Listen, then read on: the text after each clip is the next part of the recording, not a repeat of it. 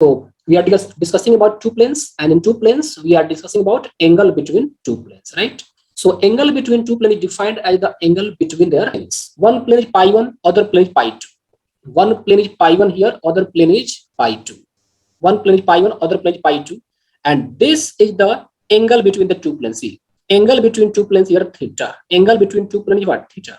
Okay, at least angle theta, ये जो angle theta है बच्चों वो दो प्लेन के बीच में पाई 1 पाई 2 के बीच में, ठीक है। अब देखो, मान लो ये रेड वाला प्लेन पाई 2 है और ब्लैक वाला प्लेन पाई 1, तो ब्लैक वाले पे मैंने एक डॉटेड लाइन खींचा है और रेड वाले पर मैंने एक डॉटेड लाइन खींचा है, तो इन दोनों लाइन के बीच का जो एंगल है, आप ये सोचो ना कि देखो ये मेरे दोनों फॉर्म हो गए ना, तो इन ये दो प्लेन हो गए। अब इन दो प्लेन के बीच का एंगल निकालना है, तब क्या करो, इस दोनों लाइन के बीच जो एंगल होगा वही इन प्लेन के बीच एंगल होगा। तो यहाँ पर मैंने यही काम किया, ये ब्लैक वाले प्लेन पे एक लाइन खींच दिया और ये रेड वाले प्लेन पे खींच दिया और ये थीटा। अब देखो ये थीटा है तो ये क्या होगा इधर वाला 90 minus theta, sorry 180 minus theta. अब ये सोचो ये तो ये भी प्लेन के बीच का एंगल है और ये भी प्लेन के बीच का एंगल, तो प्लेन के बीच का एंगल यहाँ पर दोनों बन रहा है। अब देखो बच्चों, नॉर्मल की बात करते हैं। आपको पता है कि प्लेन होता है तो प्लेन मान लो कि पाई 2 पर ये नॉर्मल है, तो ये आपका एंगल क्या हो गया 90, और पाई 1 पे ये नॉर्मल है, इसको n1 मान लेते हैं और इसको हम क्या करते हैं बच्चों n2 मान लेते हैं, तो ये भी 90 हो गया। देखो ये 90 और ये बच्चों 90, क्योंकि यदि आपके पास एक क्वाड्रिलेटरल बनता है तो चारों एंगल का सम क्या होता है बच्चों 180 होता है, सॉरी 360 होता है। चारों एंगल का सम क्या होता है 360, तो ये 90 है और ये 90 का होगा। ये बात सारे बच्चों को समझ में आई कि नहीं आई? Everybody please confirm me fast, ठीक है। आई होप कि बच्चों को समझ में आ गया होगा कि एंगल क्या होगा, ये उल्टा हो जाएगा। तो हम यहाँ पे क्या देख रहे हैं, यदि प्लेन के बीच का एंगल थीटा है, यदि प्लेन के बीच जो थीटा ही है, तो इस बात से ये कंक्लूड होता है कि दो प्लेन के बीच यदि हम एंगल निकालना है तो हम उनके नॉर्मल के बीच का एंगल निकाल देंगे, काम खत्म, दैट्स इट। बस यदि आप लोगों को डायग्राम आगे अब कुछ खास नहीं है, you can write the formula. दो फॉर्म में डिस्कस करें, एक होगा बच्चों आपका वेक्टर फॉर्म, तो वेक्टर फॉर्म में डिस्कस करते हैं। तो आपके पास दो प्लेन है, एक है vector n1 equal to d1 ले लो, दूसरा प्लेन पाई 2, इसको आप क्या करो vector r dot vector n2 equal to d2 ले लो। इसका मतलब जनरली हम लोग क्या करते हैं बच्चों की प्लेन के इक्वेशन को पाई से रिप्रेजेंट करते हैं। सो प्लेन के इक्वेशन पर n1 है, पाई 2 पे नॉर्मल n2 है। बच्चों आपके पास दो नॉर्मल वेक्टर है, तो बताओ तो दो वेक्टर आपके पास है, मतलब दो वेक्टर है और दोनों वेक्टर के बीच का एंगल निकालना है, तब क्या करोगे cos यूज करोगे, that's it. Now right cos theta, so cos theta equal to, और just wait, right, let theta is the angle between the normals, hence angle between the normal is, you can say cos theta equal to vector n1 dot vector n2 upon modulus of vector n1 into modulus of vector n2, ये होगा। तो अब क्या होता है मैंने कि जो नॉर्मल के बीच का एंगल होगा वही प्लेन के बीच का एंगल होगा। यहां पर आप लिख सकते हो this imply angle between the planes is equal to cos theta vector n1 dot vector n2 upon modulus of vector n1। कुछ नहीं करना है, प्लेन देखना है, प्लेन के नॉर्मल का डायरेक्शन रेशियो देखना है और बस एंगल निकाल देना है, उनके नॉर्मल के बीच का एंगल निकाल देना है cos थीटा के फार्मूला से। यही आपका प्लेन के बीच का एंगल। काफी आसान होंगे इस पे, लेकिन और कुछ इंपॉर्टेंट बातें डिस्कस करते हैं। ये था आपका vector form. Now let's convert in the Cartesian form. ये कार्टेशियन फॉर्म में कैसे कन्वर्ट होगा बच्चों? So we are going to convert it in the Cartesian form. अब देखो, तो कार्टेशियन फॉर्म में क्या है, जितने सारे आपके पास वेक्टर होंगे डायरेक्शन रेशियो के फॉर्म में। तो वेक्टर n1, ये आपके पास दो नॉर्मल है बच्चों, देखो ये दो नॉर्मल है, यहाँ पर वेक्टर n1 है, ये आपका वेक्टर n2 है, जो कि दोनों प्लेन पे नॉर्मल। तो इनको क्या करो डायरेक्शन रेशियो के फॉर्म में लिख दो। तो वेक्टर n1 का पैसे अज्यूम करो कैप प्लस c1 के, ये आपका वेक्टर n1 हो गया। वेक्टर n2 को बच्चों ऐसे अज्यूम कर लो a2i cap plus b2j cap plus c2 के कैप। बच्चों प्रॉब्लम ये है कि मैं क्लास होटल की, शायद इस होटल का वाईफाई स्लो चल रहा है, इसलिए जूम पर वीडियो अटक रहा है और यूट्यूब पर लाइव स्ट्रीम बिल्कुल नहीं आ रहा है। तो कोई बात नहीं, जो लोग जूम पे क्लास ले रहे हैं अटेंड कर लें, मैं उसको बाद में अपलोड कर दूंगा, ठीक है। तो कार्टेशियन फॉर्म की बात करते हैं बच्चों। तो वेक्टर n1 ये रहा, वेक्टर पढ़ चुके हैं सारे बच्चे, हम लोग पढ़े थे डायरेक्शन कोसाइन और डायरेक्शन रेशियो के बारे में पढ़ा था हमने। तो बताया था आप लोगों को कि आपके पास दो वेक्टर दिया रहता था, उन दोनों वेक्टर का डायरेक्शन रेशियो आपको पता को cos theta equal to a1 a2 plus b1 b2 plus c1 c2 upon under root a1 square plus b1 square plus c1 square plus b2 square plus ये रहा आपका बच्चों c2 square. Is that okay? क्या ये बात सारे बच्चों को अच्छे समझ में आ रही है? Yes. तो ये हो गया बच्चों एंगल बिटवीन द प्लेन्स का फॉर्मूला। तो जब भी आप लोगों को एंगल बिटवीन प्लेन पूछा जाए तो आप एक काम करना, एंगल बिटवीन नॉर्मल निकाल के छोड़ देना और कुछ खास आपको करना। So this is the form, और ये था आपका बच्चों वेक्टर फॉर्म। यहाँ पर कुछ और बातें देखते हैं। Now right here condition for planes to be parallel. First condition बच्चों, प्लेन्स क्या है? पैरेलल है। तो बच्चों आप लोग ये समझो कि प्लेन पैरेलल है, प्लेन पैरेलल है बच्चों, बिल्कुल नहीं चल रहा है क्या stream? Is stream running everybody? Okay. तो बच्चों अगर प्लेन्स क्या है, okay don't speak, planes parallel, तो सोचो बच्चों प्लेन्स पैरेलल तो क्या उनके नॉर्मल भी पैरेलल होंगे? जस्ट थिंक, सिंपल सी बात।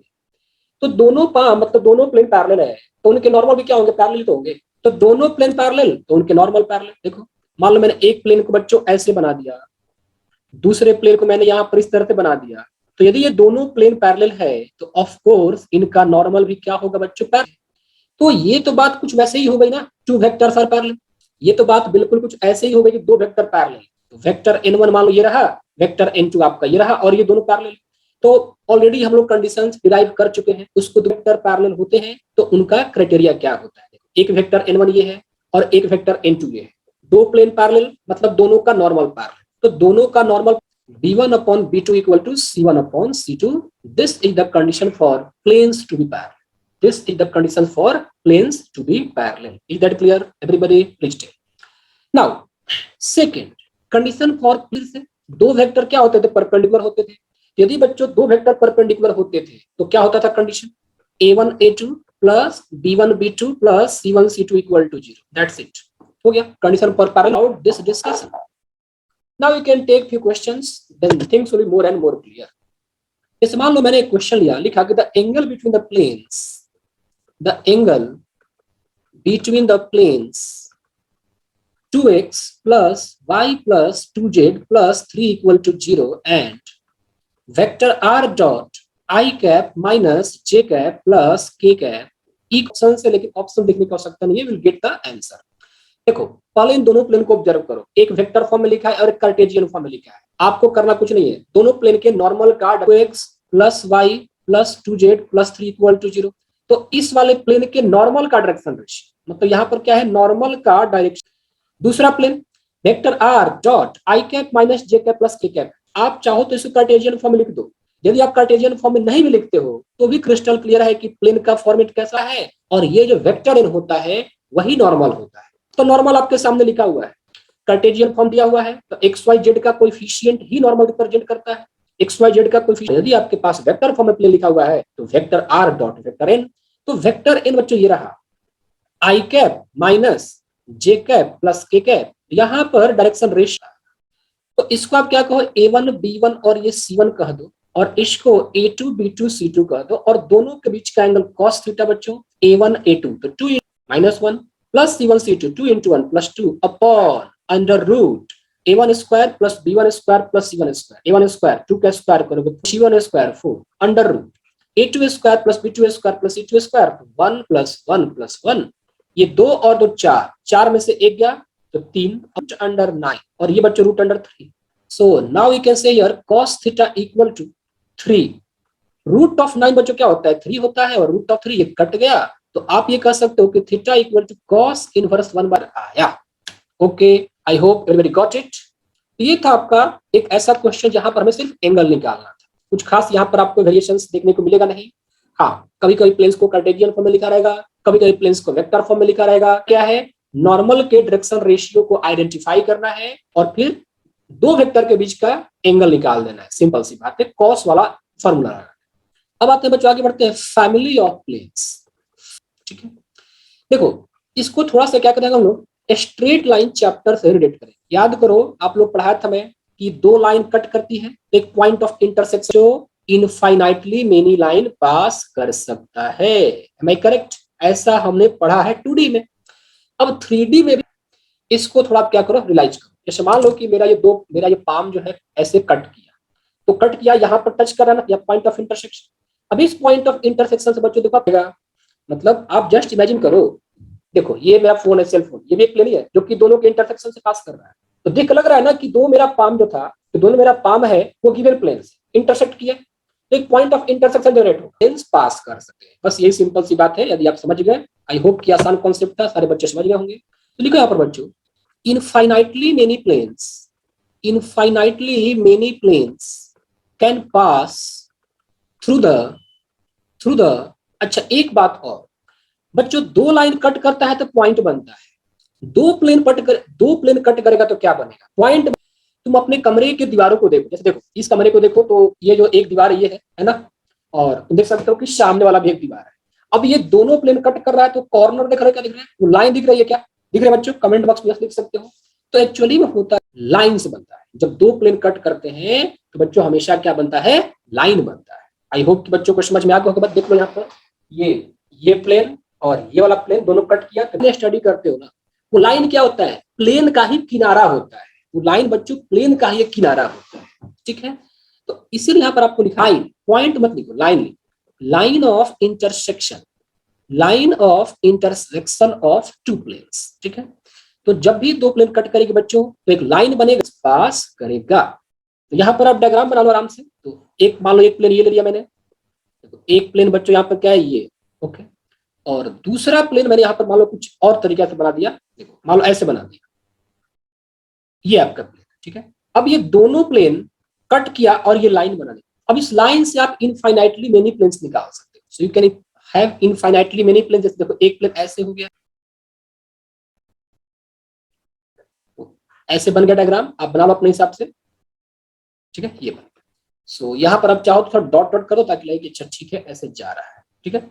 सो infinitely many planes can pass the line of intersection. Pi 1 का, इसको मैंने पाई 2 कहा, तो ये पाई 1 और पाई 2 से, पाई 1 और पाई 2 के इंटरसेक्शन से एक लाइन बनेगा और इस लाइन से इनफाइनाइटली मेनी प्लेन्स पास कर सकता है। तो लिखो आपको लाइन में ऐसा कुछ पढ़ाया था आप लोगों को कि आपके पास दो स्ट्रेट लाइन है, एक L1 एक L2 है। तो फैमिली ऑफ लाइंस का इक्वेशन आप क्या लिख सकते हैं? L1 plus lambda L2 equal to 0। यहाँ भी ऐसे ही है। सो जो आपने फैमिली ऑफ लाइन का पढ़ा है ना, वही the combined equation of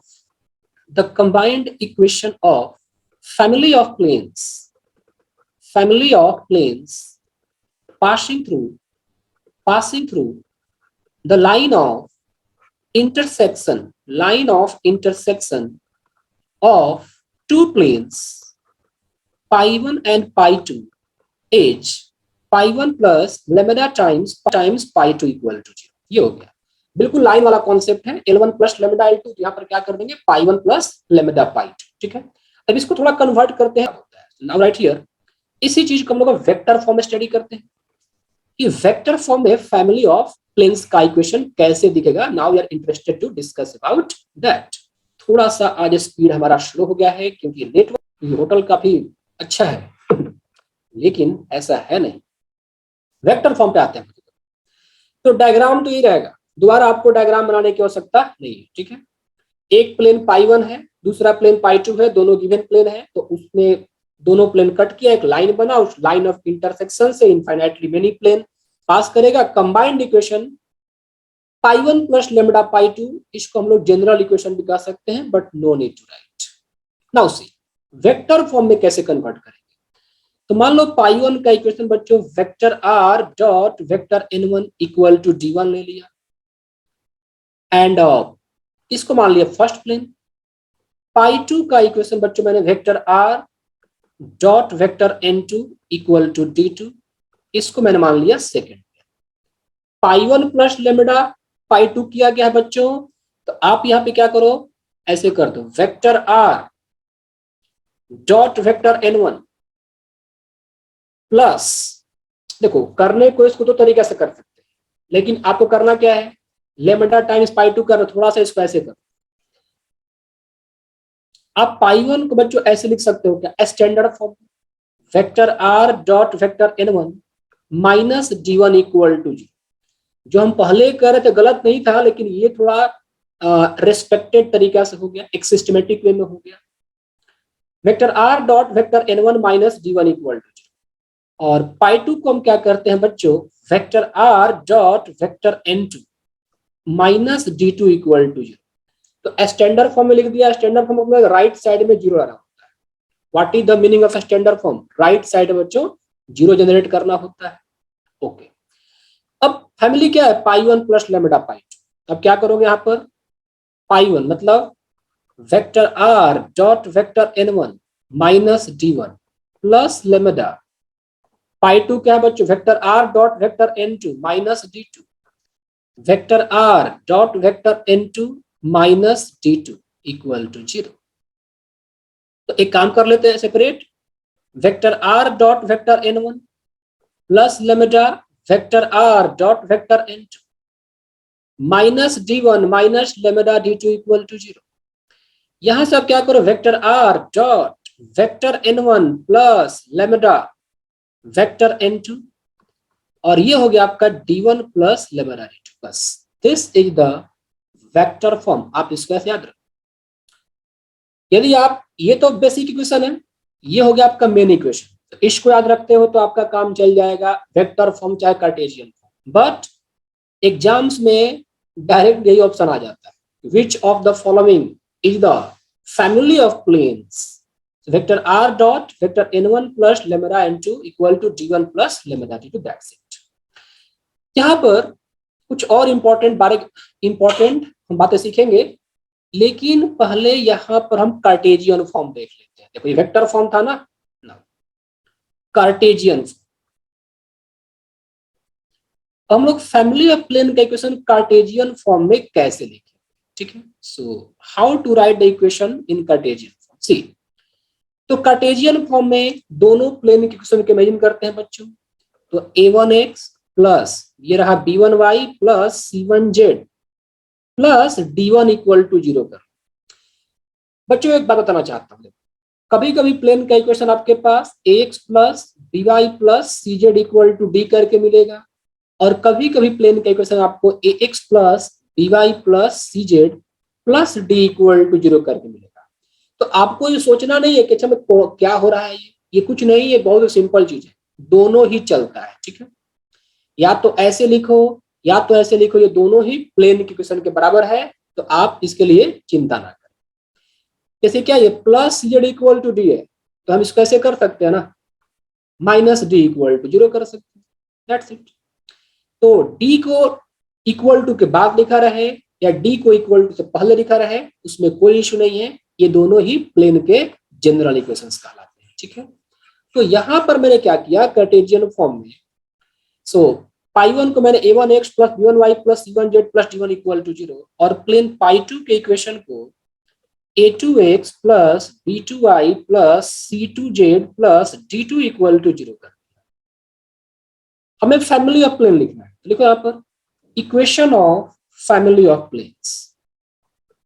so equation of family of planes जो होगा बच्चों, पाई1 प्लस लेमडा पाई2 इक्वल टू 0, इसका मतलब a1x plus b1y plus c1z plus d1 plus lambda a2x plus b2y plus c2z plus d2 equal to 0, that's it.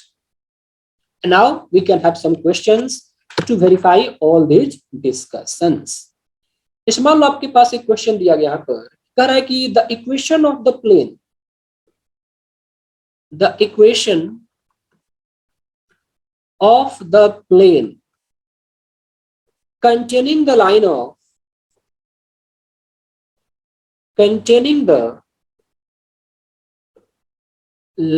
of intersection of the planes, line of intersection of the planes x plus y plus z minus 6 equal to 0 and 2x plus 3y plus 4z plus 5 equal to 0, and passing through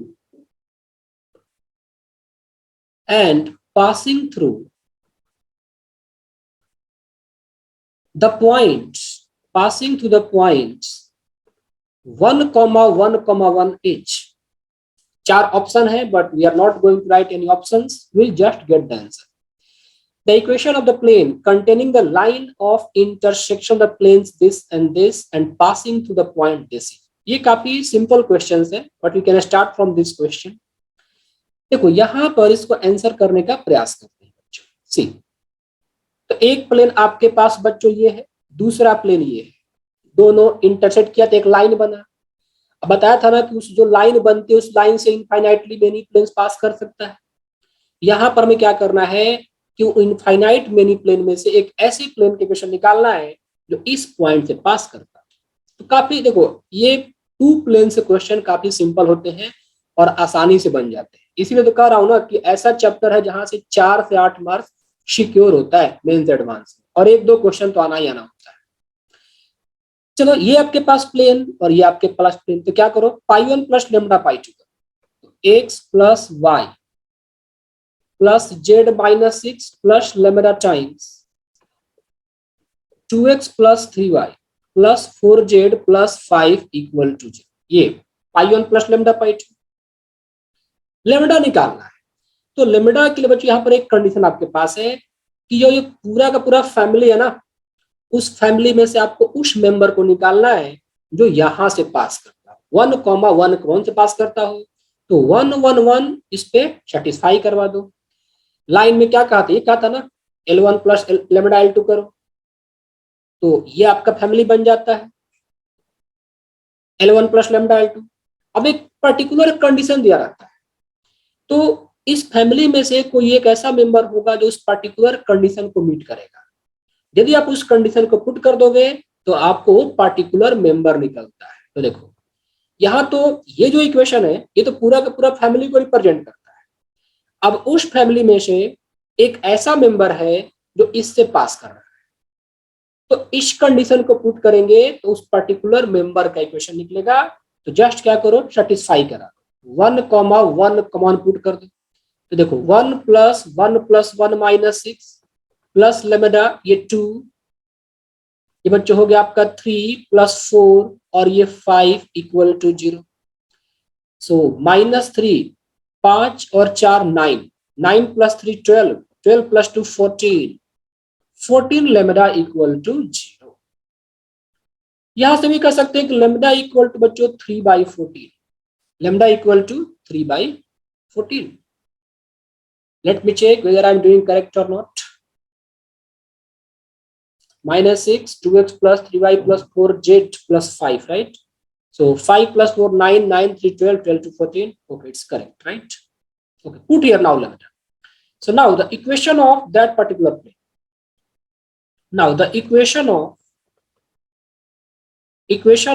plane will be, plane का equation क्या होगा बच्चों?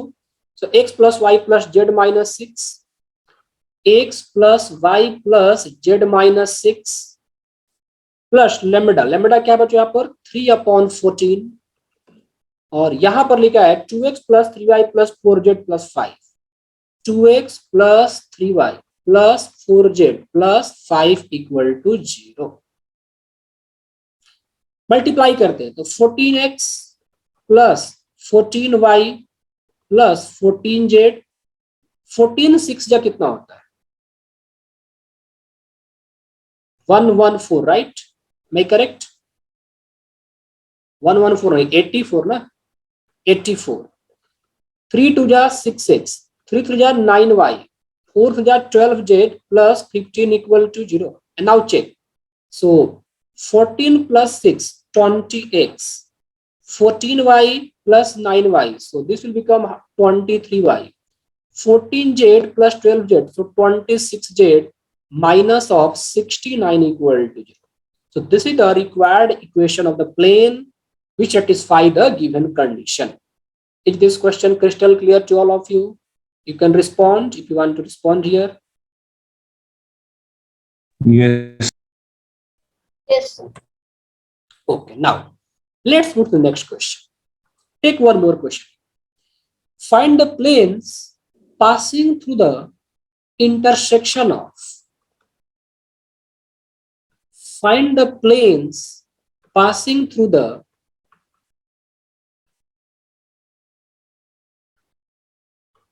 intersection of the planes vector r dot 2i cap minus 3j cap plus 4k cap equal to 1 and vector are dot I cap minus J cap plus 4 equal to 0 and perpendicular to the plane vector r dot 2i cap minus j cap plus k cap equal to -8. Let us answer it. Find the planes passing to the intersection of the planes this and this and perpendicular to the plane this h. बच्चों देखो यहाँ पर क्या है, find the planes, तो planes ना करके आप प्लेन लिख लो, एक ही प्लेन होगा, ठीक है। फाइंड द प्लेन, बिल्कुल कॉन्सेप्ट क्या है, फैमिली ऑफ प्लेन वाला है। कैसे देखो, ये कह रहा है बच्चों क्वेश्चन कि एक प्लेन है जो कि इन फैमिली से पास कर रही है, मतलब ये दोनों प्लेन क्या करेंगे, कट करेंगे, तो एक लाइन जनरेट होगा, ठीक है। अब इस लाइन से पास कर रही है, लेकिन साथ ही साथ इस प्लेन के परपेंडिकुलर भी है, इस प्लेन के परपेंडिकुलर भी है। तो यहां पर हम लोग आराम से इस क्वेश्चन को सॉल्व करते हैं। देखो पहले क्या करो, सबको आप कार्टेशियन फॉर्म में कन्वर्ट करो। यदि वेक्टर फॉर्म में आपको थोड़ा बहुत दिक्कत होता है तो आप आराम से कार्टेशियन फॉर्म में कन्वर्ट कर सकते हो। कैसे करोगे, देखो vector R dot 2i cap minus 3j cap plus 4k cap है ना, तो आपको पता है कि आप वेक्टर आर को हमेशा xi cap plus yj cap plus zk cap ले लो, ठीक है। और यहां पर पुट करोगे तो आपके पास दो प्लेन मिल जाएगा। तो यहां पुट करोगे तो ये 2x minus 3y plus 4z equal to 1। ये बात बच्चों को समझ में आई? We are reducing Cartesian form.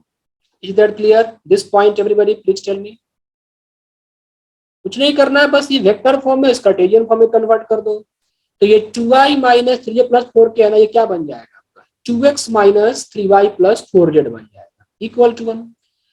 आप इसको चाहो तो ऐसे भी लिख सकते हो, 2x minus 3y plus 4z minus 1 equal to. आपके पास ये प्लेन पाई 1, इस प्लेन को भी क्या करो, आप कन्वर्ट कर दो कार्टेशियन।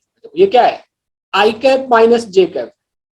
तो यहां पर जो प्लेन पाई 2 बनेगा बच्चों, वो सिंपली क्या बनेगा, i cap minus J cap, मतलब ये x माइनस वाई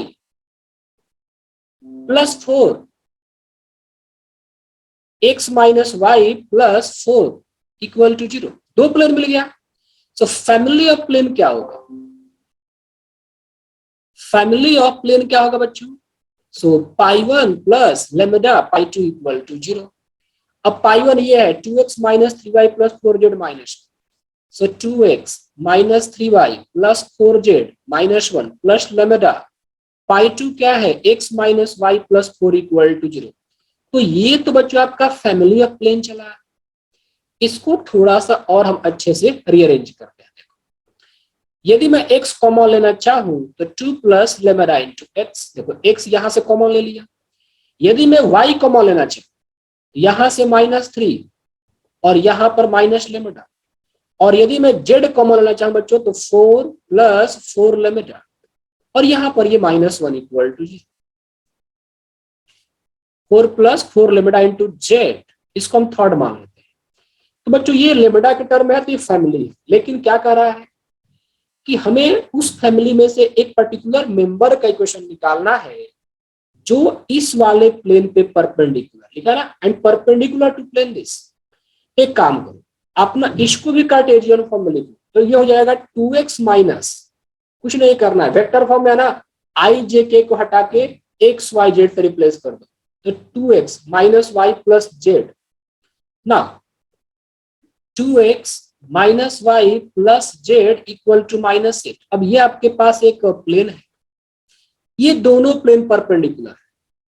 बच्चों अभी अभी क्या सिखाया था मैंने, याद करो, एक plane a1x plus b1y plus c1z plus d1 equal to 0 Cartesian form में, a2x plus b2y plus c2z plus d2 equal to 0 Cartesian form में, दोनों प्लेन परपेंडिकुलर। तो याद करो कंडीशन फॉर परपेंडिकुलर क्या आया था, a1 a2 plus b1 b2 plus c1 c2 equal to 0।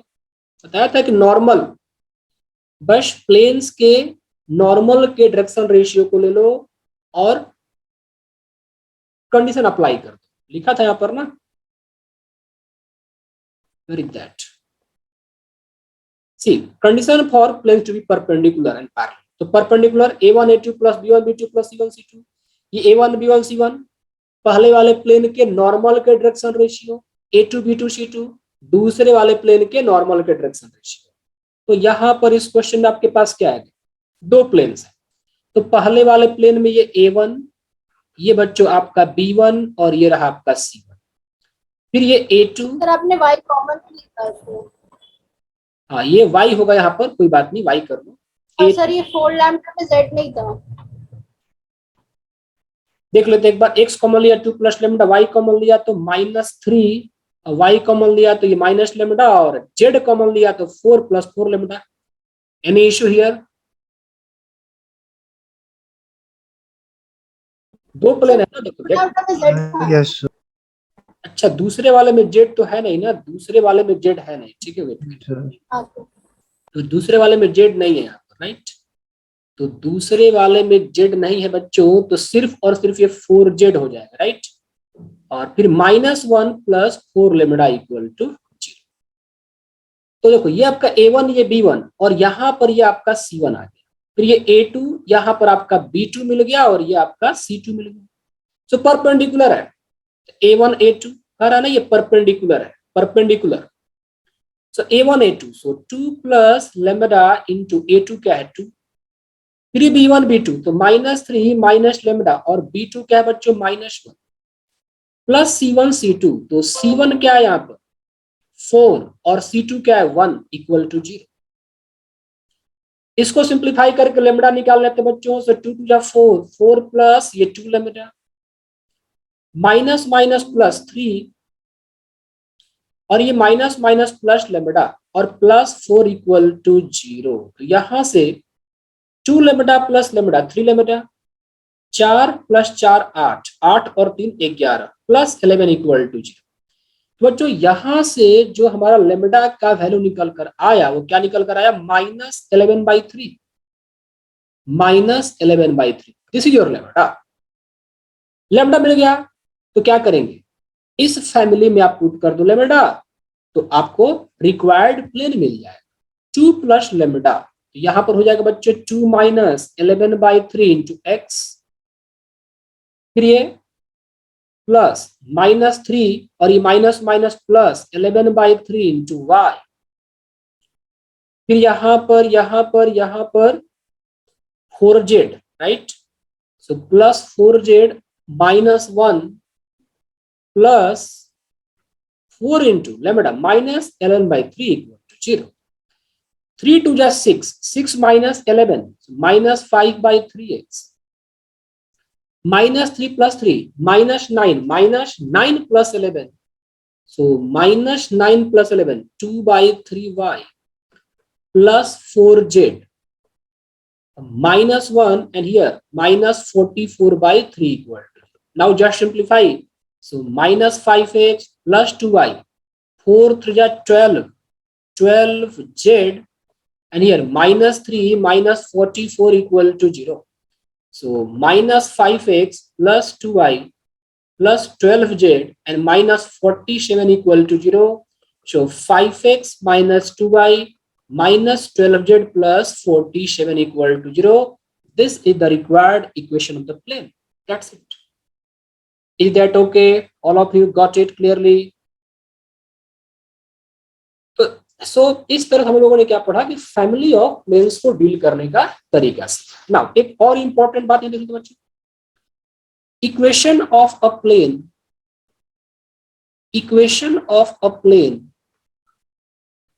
parallel to a given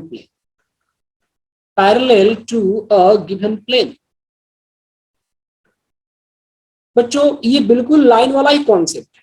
आप लोग याद होगा पढ़े थे ना कि आपके पास एक लाइन होती है ax plus by plus c equal to 0। अब इस लाइन के पैरेलल एक और लाइन का इक्वेशन लिखना होता था, तब कैसे लिखते थे, ax plus by plus some constant k equal to लिखते थे। xy के कोएफिशिएंट में कोई चेंजिंग नहीं, बस कांस्टेंट का फर्क आता था, दोनों लाइन पैरेलल होती थी। तो दो लाइन पैरेलल होगा तो क्या होगा, उनका स्लोप बिल्कुल सेम होगा, सिर्फ और सिर्फ कांस्टेंट टर्म में डिफरेंस आएगा। तो बिल्कुल यहां भी ऐसा ही कॉन्सेप्ट है कि एक प्लेन पैरेलल है तो उस पैरेलल प्लेन के इस मान लो आपके पास ये एक प्लेन है, ये आपके पास एक प्लेन है बच्चों, तो ये आपके पास एक प्लेन है। अब इस प्लेन के पैरेलल एक और प्लेन ड्रॉ किया गया। अब बता सकते हो कि दोनों में क्या चीज सेम रहेगा? जैसे दो लाइन होती थी, तो दो लाइन पैरेलल है बच्चों, तो उनका स्लोप क्या होगा? सेम होगा, m1 m2 सेम, राइट। दो लाइन पैरेलल हो गई तो उनका स्लोप क्या होता है बच्चों? सेम होता है। तो मैं पूछ रहा हूं आप लोगों से, दो प्लेन पैरेलल, तो दो प्लेन पैरेलल तो उनमें कॉमन फीचर क्या होगा? उनके नॉर्मल का डायरेक्शन रेशियो सेम होगा, क्योंकि यहाँ पर सब कुछ को डायरेक्शन रेशियो से डील करना है। तो दो प्लेन सेम, तो कह सकते हो ना कि एक ही लाइन दोनों पर normal. Am I correct everybody? देख लो, एक ही लाइन दोनों पर नॉर्मल। तो लिखो यहाँ पर direction ratio of normals, direction ratio of normals will be same on both the planes, on both the planes। अच्छा, देखो ऐसा भी तो हो सकता है कि इट्स ऑल्सो पॉसिबल दैट कि एक नॉर्मल यहां पर हो, पहले वाले प्लेन पे नॉर्मल यहां पर हो और दूसरे वाले पे नॉर्मल यहां पर हो। तो ऐसे भी हो सकता है कि इसका नॉर्मल n1, इसका नॉर्मल l2। देखो कहने का मतलब क्या है, यदि दोनों प्लेन पैरेलल है तो उन दोनों का नॉर्मल भी पैरेलल होगा, दैट्स इट। दोनों का नॉर्मल पैरेलल होगा, नॉर्मल सेम भी हो सकता है या अलग अलग भी हो सकता है, लेकिन दोनों नॉर्मल पैरेलल। तो एक काम करो, आपने क्या लिखा? Direction ratio of normal will same on both the planes, और both the normals will be parallel, both the normals will be parallel। तो ऐसे केस में इक्वेशन कैसे लिखा जाए? नाउ दो तरीके से लिखेंगे। एक लिखेंगे बच्चों वेक्टर फॉर्म। देखो मान लो कि आपके पास एक प्लेन है, equation of a plane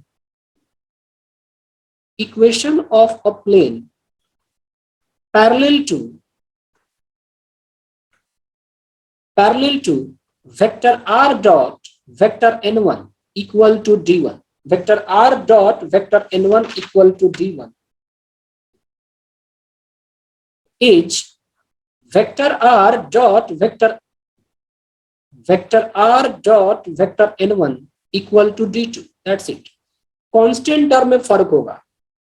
vector r dot vector n1 equal to d1, ये आपके पास गिवन प्लेन है, तो इस प्लेन के पैरेलल जो प्लेन होगी वो vector r dot vector n1 equal to d2, only difference in constant term, बिल्कुल लाइन वाला कॉन्सेप्ट, ठीक है। अब यहां पर एक इंपॉर्टेंट नोट, ऐसे लिखो, if the planes vector r dot vector n1 equal to d1 and vector r dot vector n2 equal to d2 are parallel, then either vector n1 and vector n2 same or parallel, this imply vector n1 equal to lambda times vector n2 लिखा जा सकता है। तो आप adjust कर सकते हो, कर लो, ऑब्जेक्टिव क्वेश्चंस में ये काम आएगा। देखो मैंने क्यों रीअरेंज किया, क्योंकि हमें बताना पड़ेगा ना कि n1 n2 कहां से आए। तो मान लो आपके पास एक प्लेन ये है, दूसरा प्लेन बच्चों ये है, और ये दोनों पैरेलल है। तो दोनों पैरेलल है, एक प्लेन ये π1 π2, तो उनके नॉर्मल्स क्या होंगे? या तो सेम होंगे या पैरेलल होंगे। तो आपको पता है ना कि दो वेक्टर पैरेलल होते हैं। मान लो वेक्टर ए वेक्टर भी पैरेलल है, तो एक वेक्टर को हम लेमडा टाइम सेकंड वेक्टर लिख सकते हैं। Am I correct? तो बस वही वाला कंडीशन है कि vector a parallel to vector b, तो vector a equal to lambda vector b. तो चूंकि ये दोनों प्लेन पैरेलल है तो उनके नॉर्मल पैरेलल है, इसीलिए vector n1 equal to lambda vector n2। Now इस चीज को हम लोग कार्टेशियन फॉर्म में रिड्यूस करते हैं। सपोज करो यदि मैंने यहां से आपको ये कहा कार्टेशियन फॉर्म, तो कार्टेशियन फॉर्म में क्या होगा? Simple statement, equation of a plane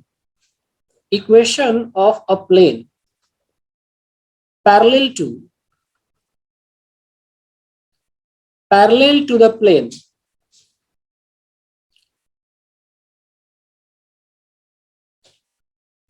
ax plus by plus cz plus d equal to 0 h, ax plus by plus cz plus k equal to 0. That's it. Very simple definition.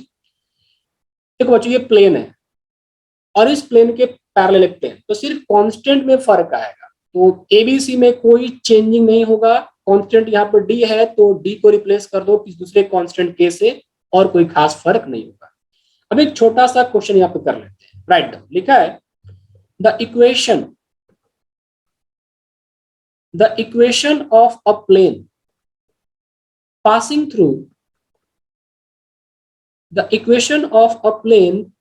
through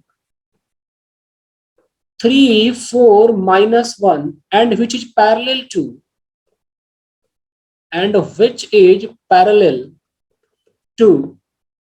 the plane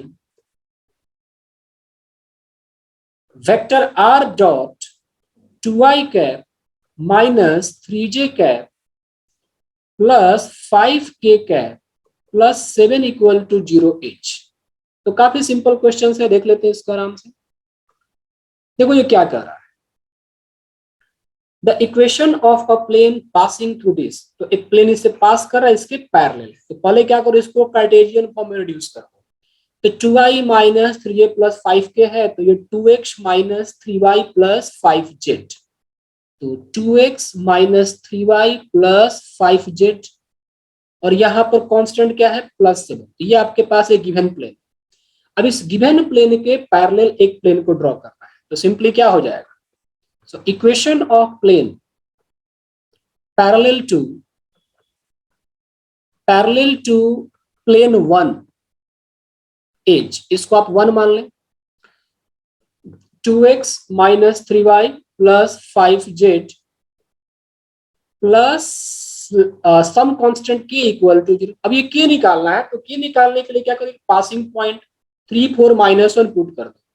so 2 x के place में 3, 4 and -1, so -3 y के place में 4 plus 5 और यहाँ पर z के place बच्चों -1 plus k equal to 0। सो 3 2 जा 6, 4 3 जा -12 और ये बच्चों -5 plus k equal to 0। So 12 plus 5 17, 6 minus 17 minus 11 plus k equal to 0. So k equal to 11. Therefore, equation of required plane H. Equation of required plane H, we can say here 2x minus 3y plus 5z plus 11 equal to 0. That's it. So parallel planes, constant will be the only difference. बच्चों इस तरह से two planes के concept का हमारा जो topic था वो खत्म हो गया। 3 टॉपिक्स और बचे हैं जिसको हम लोग होप कि कल तक कवर कर लें। ठीक है बच्चों, तो थोड़ा सा इंटरप्शन भी है, वाईफाई भी ठीक से आ नहीं रहा, यहाँ पर स्ट्रीम नहीं चल रहा है, but no worry, that's all about today class.